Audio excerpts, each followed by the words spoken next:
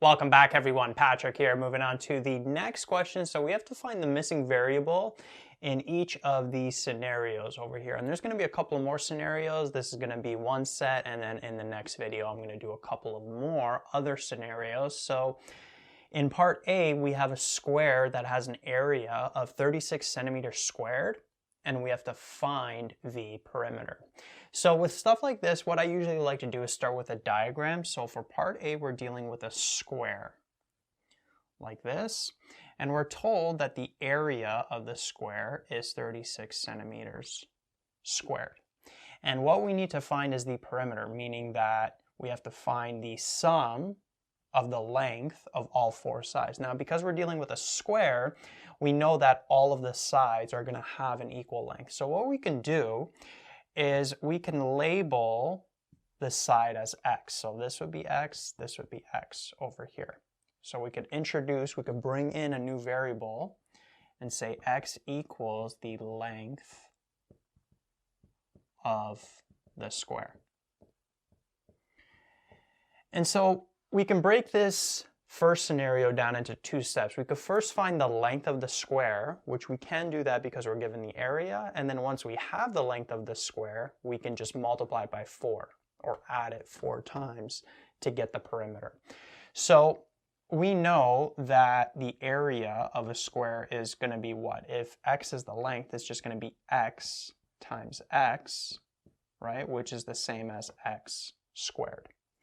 Okay, so the area of a square is just x squared. Well, we're given the area, it's 36. And so we just have to solve for this x over here.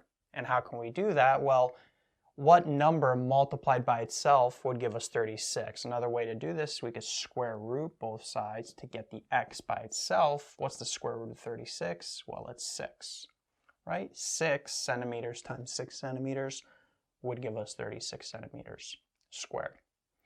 So we have the length of the square, but that's not what we're trying to find. Some questions with this kind of scenario, they'll ask for the length, and that would be your final answer, but you got to be careful. In this question, they're asking for the perimeter. So the perimeter, dealing with these same variables, we know the area is x times x, while the perimeter is 4 times x, right? Or x added 4 times. X plus x plus x plus x is the same as 4x. Well, we already know that x is 6, so the perimeter would be 4 times 6 centimeters, which would give us 24 centimeters. So that would be the answer right there to scenario A. The perimeter of a square that has an area of 36 centimeters squared would be 24 centimeters.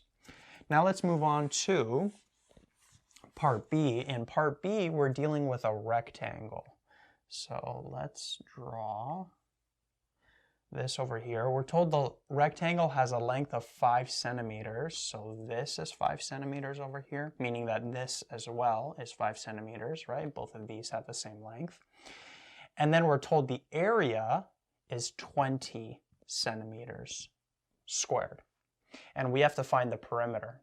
So what are we missing in this case? Well, we're missing the width, right? So that's unknown, so let's put an x there, and this width is going to be the same as this width over here, so this would be x as well. So we're introducing a new variable, so let's state what it is. X is going to be the width of the rectangle. So again, like scenario A, we're going to do this in 2 steps. We're first going to find out what the width is using the length and the area, and then once we have the width, then we could find the perimeter. It would just be 5 plus x plus x, right? But we've first got to find out what this x here is. Now, the area of a rectangle in general, it's what? It's length times width, right?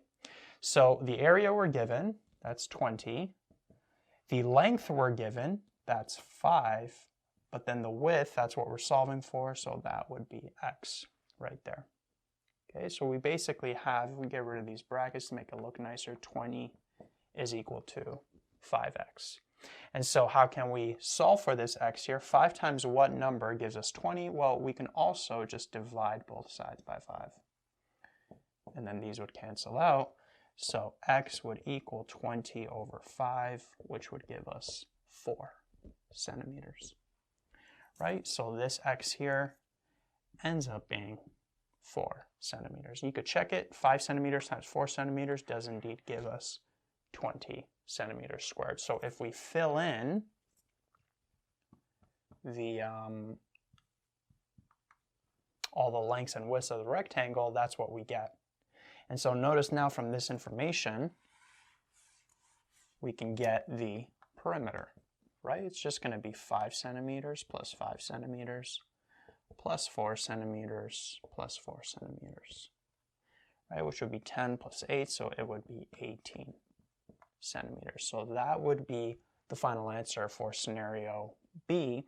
Now, another way that you may see in general the perimeter of a rectangle being given, it's basically going to be 2 times the length plus 2 times the width, right? Because we're adding the length twice, we're adding the width twice.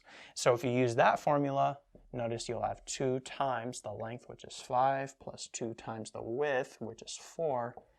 2 times 5 is 10. 2 times 4 is 8. 10 plus 8 gives us 18. Right? So we get that same perimeter no matter which way we do it. Right? So sometimes you got to find a certain variable in between before getting the actual variable that they are asking for.